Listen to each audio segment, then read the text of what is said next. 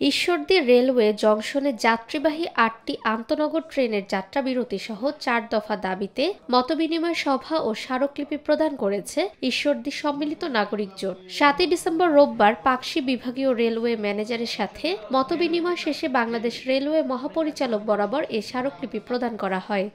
দাবির মধ্যে রয়েছে ঈশ্বরদী সিরাজগঞ্জ বাজার ট্রেনটি পূর্বের মতো ঈশ্বরদী স্টেশন থেকে চালু করা এবং প্রস্তাবিত পাবনা ঢাকা পাবনা ট্রেনের রুটে ঈশ্বরদী জংশনকে অন্তর্ভুক্ত করা। উত্তরাঞ্চলগামী ও ঢাকামুখী পঞ্চগড় লালমনি নীলসাগর দ্রুতযান রংপুর সহ ৮টি আন্তনগর ট্রেন ঈশ্বরদী বাইপাস হয়ে চলাচল করলেও যাত্রা বিরতি নেই, যা কয়েক লাখ যাত্রীর ভোগান্তির কারণ বলে সভায় উল্লেখ করা হয়।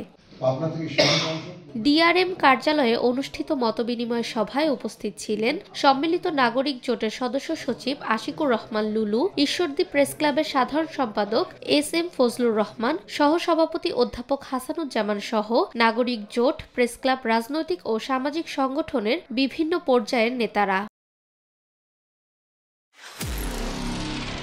নিরপেক্ষ, সত্য প্রকাশে আপোষহীন।